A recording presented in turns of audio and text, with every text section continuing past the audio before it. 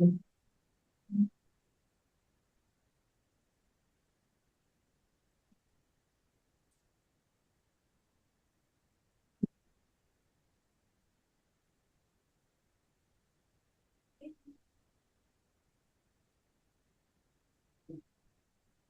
हम लोग कुछ मैक्सिम पढ़े थे, कुछ और आज पढ़ना है।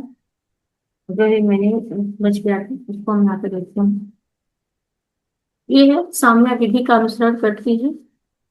Equity follow the law. Exam में जो मैक्सिम है उसको हमें करना है। यहाँ पे पढ़ने के लिए सारे मैक्सिम, हम लगभग इतने सारे फिगर मैक्सिम है वो हमसे पढ़ाते हैं। इस सूत्र का ये निर्देश है कि साम्या ने सामान्य विधि का विरोध नहीं किया, अपितु उनका अनुसरण किया है। अभी हम लोग इसके पहले देखे थे एक दो ऐसे मैक्सिम थे जिसमें जो था या दोनों एक दूसरे को ओवरलैप करते हैं। या जो साम्या विधि है वो हमारी सामान्य विधि का जो कॉमन लॉ है या उसका वायलेशन करती है या उसके ऊपर अभिभावी होती है। दोनों एक दूसरे के साथ साथ चलते हैं, दोनों एक दूसरे के पैरेलल होते हैं, और जहां कहीं हमारी सामान्य विधि कोई रेमेडी नहीं दे पाती है वहीं पे हम क्या करते हैं, इक्विटी लॉ को अप्लाई करते हैं। ठीक है। अब यहाँ ये कह रहा है कि जो सूत्र है, मतलब जो ये मैक्सिमम इक्विटी फॉलो करना, इसका मतलब सिर्फ यही है कि जो सामान्य विधि है, सामान्य विधि का विरोध साम्य द्वारा नहीं किया जाता, बल्कि साम्य जो है वो सामान्य विधि के अनुसार ही करती है। यहाँ पे कुछ ऐसे साक्षी हैं जिनका मत अलग अलग है, और उनमें से कुछ का कहना है कि जो साम्य है वो विधि के पूरक में नहीं अपितु उसके विरोध में थी। लेकिन यह सूत्र इन विधि शास्त्रियों के मत को मिथ्या साबित करते हैं। साम्य ने हमेशा ही क्या किया है, सामान्य विधि के साथ मिलकर न्याय प्रदान किया है। क्योंकि हम लोग पहले पढ़ चुके थे कि जब कहीं हमें कोई रेमेडी सामान्य विधि से नहीं मिल पाती है, वही हम क्या करते हैं, उसके लिए साम्य विधि का अनुसरण करती है। यहाँ पे जो प्रिंसिपल है उसको दो भागों में बांटा गया है। पहला तो है कि विधि संपदा अधिकार और हित। जहाँ इनके अनुवर्तन की दृष्टि साम्य विधि का अनुसरण करती है, जहाँ या तो सामान्य विधि या परिनियम विधि प्रत्यक्ष है और विषय की समस्त जो परिस्थितियां हैं या किसी विशिष्ट पद को या तो फिर वो नियंत्रित करती हैं, वहाँ साम्य न्यायालय उसी प्रकार बाध्य है जैसे कि विधि न्यायालय। तभी यहाँ करके फेंके और दूसरा फेंका नीचे फेंक बिल्कुल दिए बच्चों। न्यायिक नहीं कहा जा सकता, अर्थात विधि का स्पष्ट प्रावधान उपलब्ध है, वहां साम्य का कोई स्थान नहीं है। जहां पे हमें किसी भी समस्या के बारे में या उस समस्या के समाधान के बारे में इस लॉ में क्लियर कट लिखा हुआ है, वहां पे हम इक्विटी लॉ को अप्लीकेबल नहीं करेंगे। ठीक है। इक्विटी लॉ सिर्फ और सिर्फ वही अप्लाई होगा जहां पे हमको ये लगता है कि सामान्य विधि में उससे संबंधित कोई भी नियम या उपचार या कोई रेमेडी नहीं दी गई। क्षेत्र की सहायता मांगता था तो उसकी क्षतिपूर्ति अनुतोष के लिए अपने अधिकार को सिद्ध करना, या इस प्रकार यदि वादी संविदा के उचित पालन के लिए अगर चांसरी के समर्थी अधिकार पड़ता था, तो यदि संविदा की दृष्टि में असंवैधानिक या फिर क्षतिपूर्ति का दावा अगर टाइम बार्ड था, तो वहां पे सामान्य विधि न्यायालय में क्षतिपूर्ति के लिए विधिक अनुतोष उपलब्ध नहीं। जो टाइम बार्ड डेप्थ होता है या काल बाधित जो ऋण होता है, उसमें अगर आप समय के अंदर अगर आप कोर्ट में नहीं गए और उसके बाद आपको कोई उपचार नहीं मिलता है, क्योंकि हम लोगों ने सिविल लॉ क्रिमिनल लॉ दोनों में देखा है कि मुकदमे फाइल करने के लिए कुछ लिमिटेशन पीरियड दिया गया है, कुछ कालावधि दिया गया है कि किस समस्या से संबंधित मामले को आप कब तक कोर्ट में फाइल कर सकते। ठीक है। तो अगर कोई ऐसी चीजें हैं वहां आप उस समय पे कोर्ट में नहीं गए, तो आपको कोर्ट से रेमेडी नहीं मिलेगी। इसका मतलब ये बिल्कुल नहीं कि आपके अधिकार खत्म हो गए। आप बस उस अधिकारों को प्रवर्तित नहीं करा सकते और उसके संबंध में कोर्ट से कोई अनुरोध प्राप्त नहीं कर सकते। बट ये हमारे सामान्य विधि में है। तो जहां इस तरीके की समस्याएं आती हैं वहां पर तुरंत हम कहाँ चले जाते हैं, साम्य विधि के अनुसरण में चले जाते हैं, वहां पे हम साम्य विधि अप्लीकेबल करेंगे। यहाँ पे लॉर्ड हार्डविक है।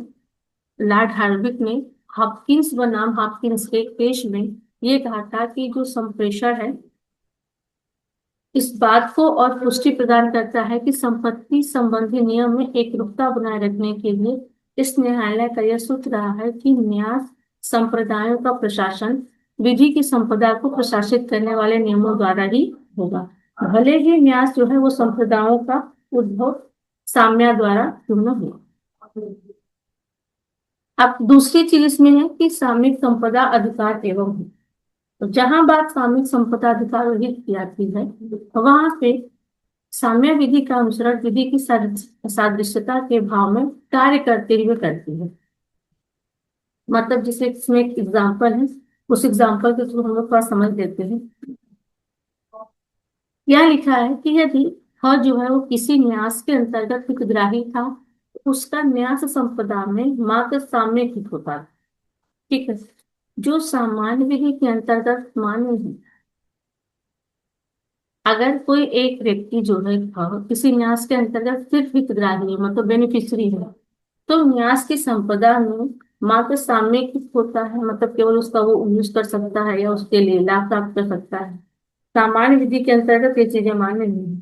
परंतु साम्य में स्थित संपत्ति न्यागमन के विधिक नियमों के अनुसार होना घटित था। उसी प्रकार साम्यिक अधिकार जो विधिक अधिकारों के सदृश थे उनको साम्य बतौर नियम काल बाधा का प्रयोग परिसीमा परिनियम के अंतर्गत करता था।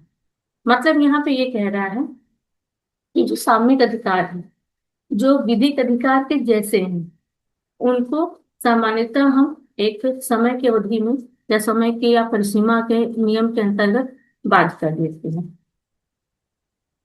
आप इस पर्टिकुलर मैक्सिम की कुछ एक्सेप्शन हैं या उसकी कुछ लिमिटेशन है या परिसीमाएं हैं। मेटरलैंड में इस कथन से अपवाद की पुष्टि होती है। इन्होंने कहा था कि सामान्य विधि के प्रत्येक शब्द का पालन किया जाना आवश्यक और ऐसा सब कुछ कर दिए जाने पर भी कुछ शेष रह सकता है जिसकी साम्य को आवश्यकता हो। सामान्य विधि से संबंधित मामलों में साम्य किसी अपकृत्य को उपचार विहीन नहीं रहने देगा। ये आधार पर हस्तक्षेप करते हैं और इस सूत्र के पौधों को हम दो शीर्षकों में बांट सकते हैं। पहले जो इन्होंने अपना स्टेटमेंट दिया था इस स्टेटमेंट से ये चीजें तो क्लियर हो गई कि अगर सामान्य विधि से संबंधित कोई मामला है तो वहां उपचार नहीं मिलेगा तो साम्य की विधि जो है वो उपचार विहीन रहने नहीं देती। मतलब साम्य कहीं ना कोई उपचार ढूंढ के वहां पे दे देती। अब इस अपवाद को पढ़ लेते हैं। पहला जो इसमें पॉइंट्स है वो ये कहता है कि उन मामलों में जहां विधि का समुचित नियम न तो प्रत्यक्षता प्रयोज्य था और न सादृश्यता के सिद्धांतों के आधार पर लागू होने योग्य था वहां साम्य स्वयं के नियमों और सिद्धांतों के अनुसार न्याय प्रदान करती थी। ठीक, मतलब जहां कोई नियम नहीं थे वहां क्या है, साम्य है और साम्य अपने नियम और सिद्धांत के अनुसार न्याय प्रदान करती है। दूसरी चीज इसमें बता रहा है अपवाद के संदर्भ में कि उक्त वर्ग के मामलों में साम्य के विधि का अनुसरण नहीं किया क्योंकि परिस्थितियों के अंतर्गत वहां विधि में कुछ भी नहीं था जिसका संचित पालन किया जा सके। भारतीय विधि में इस सूत्र की प्रयोज्यता अब इंडिया के प्रोस्पेक्टस में देखेंगे कि इस सूत्र का अपने स्तर पे कहाँ तक यूज हो पा रहा है। भारत में भी सामान्यतः हर एक चीजों का पालन किया जाता है, ज्यादातर मैक्सिमम जो है यहाँ पे पालन नहीं है। यहाँ पे एक एग्जाम्पल देखते हैं लिमिटेशन। भारत में एक लिमिटेशन एक्ट है 1908 का जो हम लोग अक्सर सिविल प्रोसीजर कोड के साथ पढ़ते हैं। आपके सिलेबस में जिस सेमेस्टर में आपको सीपीसी पढ़ना होगा उसके साथ आपको लिमिटेशन एक्ट भी साथ में पढ़ना होगा। ठीक है, यहाँ पे ये कह रहा है कि बाद अपील या प्रार्थना पर कुछ भी दाखिल करने के लिए निर्धारित अवधि में वृद्धि या कमी की सामना नहीं करेगा। मतलब लिमिटेशन पीरियड में जो टाइम है कि कोई भी मामला किस टाइम तक आपको कोर्ट में प्रस्तुत कर देना है या संस्थित कर देना है, अगर आप उस टाइम में नहीं कर सकते तो ऐसा नहीं कि साम्य विधि का अनुसरण करने के बाद उस अवधि को हम बढ़ा देंगे, 3 साल का जो लिमिटेशन पीरियड है वो 5 साल का हो जाएगा। नहीं, यहाँ उपचार के तरीके को अलग कर दिया जाएगा या साम्य विधि अलग तरीके से उपचार प्रदान कर सकते हैं। अब उसके बाद दूसरी चीज है कि जो भारतीय रजिस्ट्रीकरण अधिनियम है 1890 का, वहां के प्रावधान का उल्लंघन करने वाले को साम्य कोई रिपोर्ट नहीं प्रदान करेगा। जब और जहां दस्तावेजों का रजिस्ट्रीकृत करना आवश्यक हो और रजिस्ट्रेशन ना कराया जाए, मतलब जो मैंडेटरी प्रोविजन है, अगर आप उसका पालन नहीं कर सकते हैं तो वहां पे आपको साम्य भी कोई अनुतोष प्रदान नहीं कर सकते। ठीक है। भारत में दोनों चीजों में, चाहे हम सामान्य लॉ की बात करें या सामयिक हित की बात करें, इसमें कोई भेद नहीं है। जितने भी कार्यवाहियां होती हैं वो जनरली क्या होती है, या तो वो विधिक होंगी या तो सामयिक होंगी, और उससे संबंधित कोई परिनियम यहाँ पे अगर उपलब्ध नहीं होगी तो ऐसे परिस्थितियों में साम्यता नियम लागू होगा। ठीक। यहाँ पे एक केस है, सुप्रीम कोर्ट द्वारा डिसाइडेड है 1950 का, यशवंत बनाम बालचंद्र का। इसमें कोर्ट ने कहा था कि जहां निश्चित परिनियम उपबंध समय के चलते रहने पर अवरोध अथवा स्थगन के स्पष्ट आधार निर्दिष्ट करते हैं, वहां साम्य के नियमों का प्रयोग नहीं होता। जबकि न्यायालय आवश्यक रूप से कपट को निरर्थक बनाने में निपुण है। यह हमेशा स्मरण रखना चाहिए कि परिसीमा का नियम जो है वो विश्वास का नियम, मतलब अगर कोई चीज समय के अनुसार से फिक्स है कि टाइम बार्ड है कोई चीज, तो वहां पे साम्य का नियम प्रयोग करके हम उस परिस्थिति को, उस नियम को या उस परिसीमा के अवधि को समाप्त नहीं कर सकते। ठीक है। इसमें एक लास्ट केस और है, एस एस बोला बनाम वीडी सरदना का। ये मामला जो है वो 1997 का था। यहाँ पे सुप्रीम कोर्ट ने कहा था कि जो अभी हम लोग केस पढ़े हैं जस्ट किसमें, यशवंत बनाम बालचंद्र में, इसी मामले को यहाँ पे रिपीट करते हुए सुप्रीम कोर्ट ने कहा कि साम्य के सिद्धांतों का वही प्रयोग होता है जहाँ की विधि में रिक्तता छोड़ दी गई। कई बार ये सेम स्टेटमेंट उठा करके आपसे एग्जाम में क्वेश्चन किया था इसको एक्सप्लेन करने के लिए। ठीक है, कि साम्य के सिद्धांतों का प्रयोग वही होता है जहाँ की विधि में रिक्तता छोड़ दी गई है। ये हम लोग पिछले 2 दिन से देखते आए हैं कि जब जहां कहीं हमें कोई ऐसी चीज मिलती है जो फिल करने की जरूरत है, जिसे सिंपल सी बात करते हैं ना, फिलिंग द ब्लैंक्स, तो उसको कंप्लीट करने का काम ही क्या होता है, हमारा जो इक्विटीला है वो कर। अगला हम लोग देखते हैं, विलंब साम्य को विफल कर देता है, डिले डिफीट इक्विटी। अब एक चीज तो हम लोग जनरली ये भी जानते हैं कि अगर किसी भी समस्या का समय रहते अगर उपचार नहीं मिल पाता है तो ऐसे कंडीशन में देर से मिला हुआ न्याय भी अन्याय के तुल्य होता है। इसमें ये कहा गया है कि जो साम्य है वो जागरूक की सहायता करता है और आलसी की नहीं।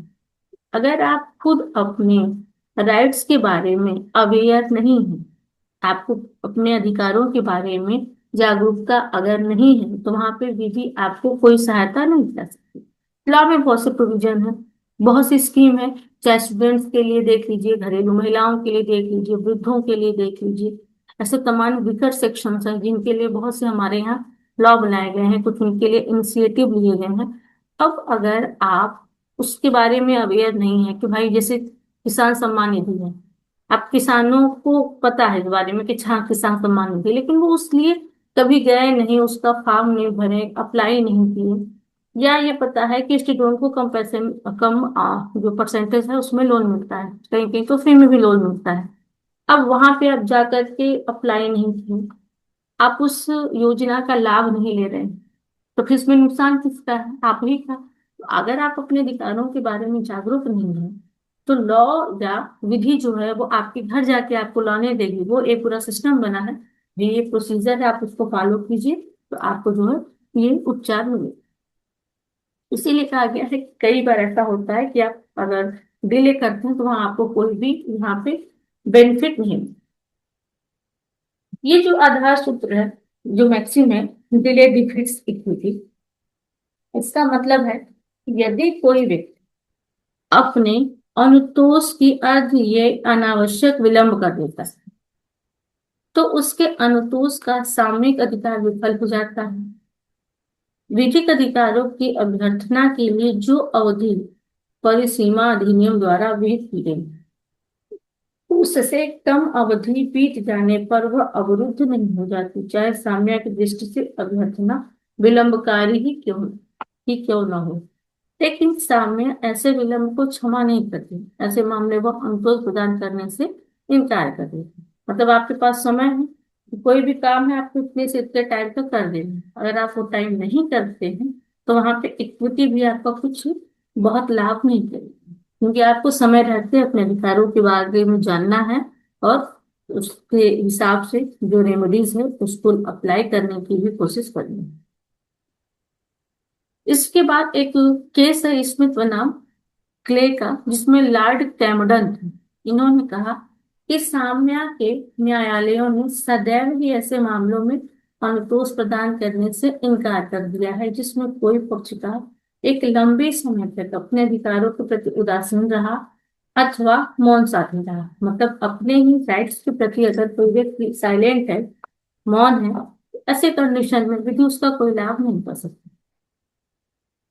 डायरेक्ट आपके पास है प्रोविजन कि आप डायरेक्ट सुप्रीम कोर्ट में भी जा सकते हैं अपने अधिकारों की मांग के लिए।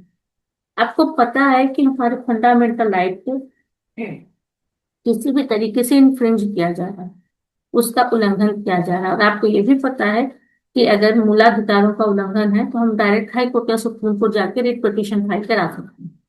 लेकिन फिर भी आप नहीं जा रहे हैं और उसके बाद कह रहे हैं कि आपके अधिकारों का हनन हो रहा है या आपके लिए कोई काम नहीं किया जा रहा है। ऐसे कंडीशन में आप किसी व्यक्ति को दोष नहीं दे सकते, क्योंकि आप खुद अपने अधिकारों के बारे में जागरूक नहीं हैं। ठीक। यहाँ ये कह रहा है कि न्यायालय जो है वो क्रियाशील बनाने के लिए तीन बातों को यहाँ पे स्पष्ट तरीके से लिखा गया है। एक तो चीज होती है अंतःकरण, सद्भावना और उचित तत्परता।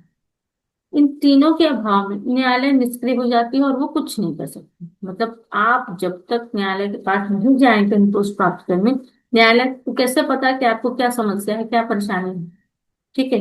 वो तो सिर्फ भगवान ही कर सकता है कि बिना आपके बोले आपकी समस्या का समाधान कर दे। अब यहाँ पे इसने जो सामयिक अनुतोष है इसके लिए कुछ यहाँ पे पॉइंट्स दिए गए हैं, कुछ परिस्थितियां बताई गई हैं। वहां ये कह रहा है कि पहला चीज है कि ऐसे मामलों में जिनमें विलंब के कारण ऐसा साक्ष्य नष्ट हो गया हो अथवा खो गया है जिसके द्वारा अभ्यर्थना का खंडन किया जा सकता था। मतलब कोई ऐसी चीज थी, कोई ऐसी बातें थी जिसका आप किसी साक्ष्य के साथ खंडन करना चाहते थे या उसको रिबटल करना चाहते थे, तो ऐसे कंडीशन में देर करने से वो साक्ष्य भी नष्ट हो सकता है। ठीक है। दूसरा है यहाँ पे जहाँ ये सिद्ध हो जाता है कि वादी ने प्रत्यक्ष या परोक्ष रूप से अपने अधिकारों का परित्याग कर दिया है। अगर कुछ व्यक्ति हैं अपने अधिकारों का अगर उन्होंने त्याग कर दिया या छोड़ दिया है तो वहां भी उनको कोई रेमेडीज नहीं मिलेगी। इससे चीज कहता है कि यदि वादी के आचरण से प्रतिवादी को यह विश्वास हो गया हो तो उसने अपने अभ्यर्थना का परित्याग, मतलब अपनी जो उनके अधिकार है, राइट्स, उसका उन्होंने परित्याग कर दिया है या छोड़ दिया है, तो इस विश्वास ने प्रतिवादी को अपनी स्थिति में परिवर्तन के लिए प्रेरित किया। ठीक। अब यहाँ पे विलंब, अगर जैसे डिले आपने कर दिया, ठीक है, डिले होने के क्या क्या दुष्परिणाम है वो हमने देख लिया। डिले अगर आपने कर दिया तो उसके क्या क्या उपाय है वहां पे, विलंब के क्या रक्षोपाय उपाय हैं। विलंब के मामले में अज्ञानता, अक्षमता या अनुचित प्रभाव बचाव के अच्छे साधन हो सकते हैं। आप ये कह सकते हैं कि हमें पता नहीं था या हम इस टाइम तक यहाँ रेमेडीज लेने में या कोर्ट में आने में किसी तरीके से कॉम्पिटेंट नहीं थे। ठीक है। या किसी व्यक्ति ने आपको गलत समझाया था और आप उसके प्रभाव में हो गए हैं, एंडो इन्फ्लुएंस होता है ना, वो अगर अनुचित तरीके से हुआ है। अधिकार, जो अधिकार होता है, अधिकार का परित्याग पूर्ण ज्ञान या विधि सक्षमता या स्वतंत्र सम्मति के बयान नहीं हो सकता। अगर देरी से क्षमा करने का सिद्धांत जो है वो केवल क्या है, सामयिक है और यह विधिक दावों पर लागू नहीं होता। तो अगर परिस्थितियों के अनुसार ऐसा लगता है कि नहीं, सॉरी, जो डिले किया गया है वो डिले के पीछे कोई ना कोई उचित रीजन रहा हो, ऐसी परिस्थिति में उस डिले को माफ किया जा सकता है। लेकिन यह काम सामान्य विधि द्वारा नहीं होगा। तब इसके लिए हम क्या करते हैं, सामयिक विधि या इक्विटी लॉ को अप्लाई करते हैं। यहाँ पे एक हेनरी महोदय हैं, उन्होंने कहा है कि प्रतिवादी द्वारा वादी के विरुद्ध प्रस्तुत प्रतिरक्षा, जो यद्यपि परिनियम द्वारा वर्जित नहीं है, मतलब इसके लिए कोई टाइम लिमिटेशन नहीं है, फिर भी उसकी निरपेक्षता के कारण सफल नहीं होनी चाहिए। जैसे एग्जाम्पल दिया है यहाँ कि यदि मान लीजिए कोई एक क्रेता है, ठीक है, कोई एक क्रेता है और वो क्या करता है, संविदा को विखंडित या रद्द कराना चाहता है, तो उसको अनुतोष के लिए पूर्ण तत्परता के साथ आवेदन करना चाहिए। समय से पहले उसको आवेदन करना चाहिए कि मैं तोड़ना चाहता हूँ, भंग करना चाहता हूँ, और मुझे इतना रेमेडीज मिली थी वो दिलाया जाए। अगर ऐसे वो ये नहीं करता है और उसके विलंब से पक्षकारों ने संपत्ति में अधिकार अर्जित कर लिया है, अथवा संपत्ति का मूल्य जो है वो क्षय हो गया, मतलब कम हो गया, खराब हो गया, या किसी स्थिति में परिवर्तन आ गया, तो न्यायालय संविदा का विखंडन करा। ठीक है, मतलब कभी किसी परिस्थिति में अगर कोई चेंजिंग आती है, हम लोगों ने पढ़ा है संविदा विधि, वह हमने देखा था कि किस कौन सी ऐसी परिस्थितियां होती है जो मान लीजिए अगर संविदा का पालन कराना संभव हो जाता है, जिससे हम लोग नैराश्य का सिद्धांत पढ़े थे ना, कि अगर कोई ऐसी संविदा है या जो परिस्थितियों पर डिपेंड करती थी, या फिर जिस कार्य के लिए वो संविदा की गई थी उस परिस्थितियों में अचानक परिवर्तन हो गया किसी वजह से, प्राकृतिक आपदा की वजह से, या कोई युद्ध छिड़ गया या कोई और ऐसी परेशानी होगी, तो ऐसे परिस्थितियों में क्या है कि उस संविदा का पालन कराना असंभव हो जाता है, तो न्यायालय संविदा का विखंडन भी करा सकती है। अब इस सिद्धांत के कुछ अपवाद भी हैं। ठीक है, ये जो सिद्धांत है या ये जो आधार सूत्र है, तो ऐसे मामलों में लागू नहीं होगा जिसमें परिसीमा अधिनियम के नियम अभिव्यक्त रूप से या सादृश्यता के आधार पर लागू होते हैं। मतलब जहाँ टाइम लिमिटेशन है वहां पे अगर आपने डिले किया तो वहां आपको किसी भी प्रकार का कोई भी रेमेडी नहीं मिलने वाला है, और वहां पे सामयिक विधि भी आपको कोई उपचार प्रदान नहीं करा। ठीक है, ऐसे मामलों में साम्य विधि का अनुसरण करता है और विलंब के आधार पर जब तक कि वह नियत अवधि के अंदर वो अभ्यर्थना को अवरुद्ध नहीं करता।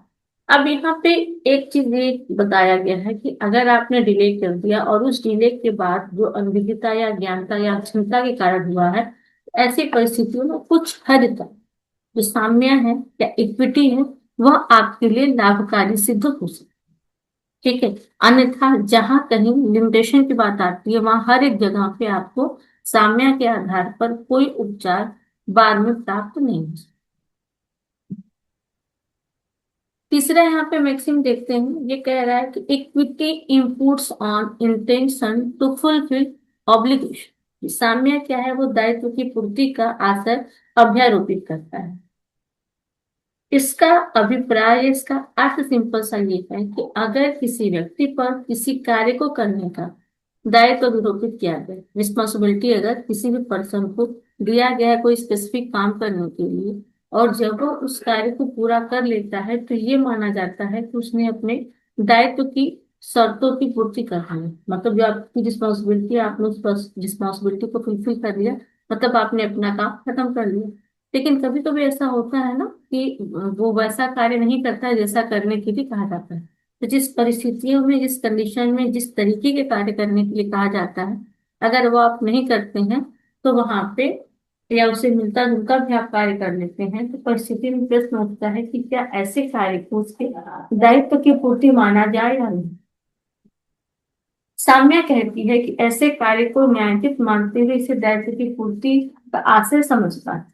मतलब जैसे हम लोगों ने संविदा विधि पढ़ा था ना, उसमें हमने पढ़ा था कि जो संविदा का पालन होता है वो उसी तरीके से करना चाहिए जिस तरीके से संविदा पालन करने की शर्तों में या उसके विहित किया गया है। तो अगर आप क्या करते हैं, संविदा पालन जो किया जाना है वो उस रीति से नहीं करते, जिस रीति से कहा गया है वो आप भिन्न तरीके से करते हैं, तो क्या वो माना जाना चाहिए। सामान्य विधि तो कहेगी नहीं, संविदा जिस मैनर में कहा गया वही, लेकिन अगर वो उसी तरीके से कर देता है, उससे कोई नुकसान नहीं होता, लाभ भी होता है, तो वहां पे साम्य विधि जो है कहती है ठीक है, मान लिया जाएगा कि उन्होंने अपने दायित्व की पूर्ति कर दिया है। यहाँ पे स्नेल है, उन्होंने कहा था कि यदि किसी व्यक्ति पर किसी कार्य को करने का दायित्व है और वह उससे मिलता जुलता कोई अन्य कार्य कर लेता है, मतलब उसी प्रेफरेंस में उसी के जैसा सादृश्य कोई और कार्य करता है, तो यह समझे जाने योग्य है कि वह अपने दायित्व की पूर्ति कर ली, दायित्व की पूर्ति किया है, तो उस पश्चातवर्ती कार्य के लिए यही समझा जाएगा कि वह अपने दायित्व की पूर्ति की आशा से किया। मतलब व्यक्ति का इंटेंशन था उसी काम को करने के लिए, बस उस काम को उसने अलग तरीके से किया, तो भी वो दायित्व की पूर्ति माना जाएगा। जैसे यहाँ पे एक एग्जाम्पल दिया हुआ है कि कोई ए है, ए क्या करता है बी को एक भूमि का क्रय करने और उसकी व्यवस्था करने के लिए न्यासधारी नियुक्त करता है। अब ब क्या करता है कि वह भूमि का क्रय कर लेता है, लेकिन व्यवस्था करने के पूर्व ही उसकी मृत्यु हो जाती है, मतलब वो सारा सिस्टम बना नहीं पाता। ऐसी परिस्थिति में साम्य का न्यायालय यह मान लेता है कि वह ने भूमि का क्रय दायित्व को पूरा करने के आशय से किया, और यही साम्य द्वारा दायित्व की पूर्ति के आशय को अभ्यारोपित करता, मतलब उसने क्रय करना था वो कर लिया, अब उसका जो यूज करना था वो यूज वो नहीं कर पाया, जिस तरीके से उसके सिस्टम बनाना था वो सिस्टम उसने नहीं बना, लेकिन फिर भी दायित्व की पूर्ति मान लिया गया। इस प्रिंसिपल को अप्लाई करने के लिए या लागू करने के लिए कुछ सिद्धांत दिए गए हैं। पहला सिद्धांत कहता है कि पालन कर, जो दायित्व थे आपको उस दायित्व का पालन करना जरूरी है। दूसरी चीज यहाँ पे है निस्तारण का सिद्धांत। ठीक है, जिस तरीके से मामले को निस्तारित करने के लिए कहा गया है, आपको मामले को निस्तारित करना है, नहीं करने योग्य है विखंडित करना है, या उसमें कुछ आप प्रोन्नति या उन्नति कर सकते हैं तो वो भी उसका भी सिद्धांत है। लास्ट है दोषपूर्ण निष्पादन का, मतलब साम्य उसी को किया मानता है जो किया जाना चाहिए, मतलब जिस तरीके को जिस कार्य को आपको किया जाना जरूरी था उसी कार्य को आप करते हैं, लेकिन अलग तरीके से करते हैं, पर आपका इंटेंशन वही रहता है। साम्या कहती है कि नहीं, आपने अपने दायित्व का निर्वहन कर। ठीक है, अब इसको हर किसी ने अपने अपने तरीके से अलग अलग तरीके से करके इसको परिभाषित किया है। वो राय ने कहा है कि सबसे महत्वपूर्ण और विस्तृत मानते हुए उन्होंने कहा है कि साम्या उसी को किया मानती है और समझती है जो शुद्ध के अनुसार किया जाना युक्तियुक्त हो या किया जाना चाहिए। यदि किसी भूमि के विक्रय में कोई प्रसंविदा कोई कॉन्ट्रैक्ट हुआ है, तो साम्य उस संविदा के परिणाम और प्रसंगति के संबंध में उसकी विषय वस्तु पर उसी प्रकार विचार करेगा मानो कि उस प्रसंविदा का निष्पादन किया जाता है। ठीक, अब सेम वही चीज यहाँ पे स्टोरी ने भी कहा है। इनका कहना है कि साम्य किसी संविदा की विषय वस्तु से उसके परिणाम एवं प्रसंगति के संबंध में उसी प्रकार व्यवहार करेगा मानव पक्षकारों द्वारा अपेक्षित कार्य का उसी प्रकार से कर दिया गया हो जैसा कि किया जाना चाहिए था, न कि जैसा किया। तो यहाँ ये मान लिया गया कि कार्य वैसा ही किया गया जिस तरीके से किया जाना तात्पर्य। ठीक है, अब इस प्रकार ये जो आधार सूत्र है इसका प्रयोग सामान्यतः संविदा से संबंधित मामलों में होता है। साम्य ये मान के चलती है कि जिस व्यक्ति ने प्रतिफल लेकर के कुछ भी करने की प्रतिज्ञा की है उसने अपने प्रतिज्ञा का पालन अगर कर दिया है और इस प्रकार की संविदा के अंतर्गत अपने दायित्व को पूरा कर दिया है, तो ये अब मान लिया जाएगा। ठीक है, ये जो मैक्सिम है ये इसका व्यापक और शाब्दिक अर्थ लगाना उचित नहीं है, क्योंकि साम्य जो है वो अलंकरण के संहिता के रूप में कार्य करती है, प्रत्येक व्यक्ति से वही कार्य करवाती है जो उचित है। ठीक है, मतलब आपसे वही कार्य करवाया जाए जिस कार्य को किया जाना उचित है। ऐसा नहीं कि आपने उचित तरीके से कार्य किया लेकिन कार्य भी आपका अनुचित रहा। उचित तरीका न अपनाते हुए अगर आपने कार्य को किया है वो उचित है, आपका इंटेंशन सेम है, तो कोई दिक्कत नहीं। लेकिन अगर आपका इंटेंशन गलत है और आपने अनुचित तरीके से कार्य किया है तो वह नहीं माना जाएगा कि आपने कर्तव्यों का पालन किया। इस सूत्र की अपनी कुछ प्रयोज्यता है, मतलब कहाँ एप्लीकेबल होगा, कम परिवर्तन में या आंशिक पालन में या निष्पाद्य संविधान में। ठीक, तीन जगह पे ये आधार सूत्र जो है वो प्रयोग किया जाता है। भारतीय विधि में इस आधार सूत्र का जो प्रयोग है वो संपत्ति अंतरण अधिनियम की धारा 40 में किया गया है और धारा 53 में। उसके अलावा जो भारतीय न्यास अधिनियम है, भारतीय न्यास अधिनियम के भी सेक्शन 91 में इसका जिक्र किया गया है। विनिर्दिष्ट अनुतोष अधिनियम की जो धारा 187 है वहां पर भी इस सूत्र का प्रयोग किया। ठीक है, इसके बाद 2 या 3 मैक्सिम हम लोग की और रह जाती है, ये हम लोग अगले क्लास में करेंगे।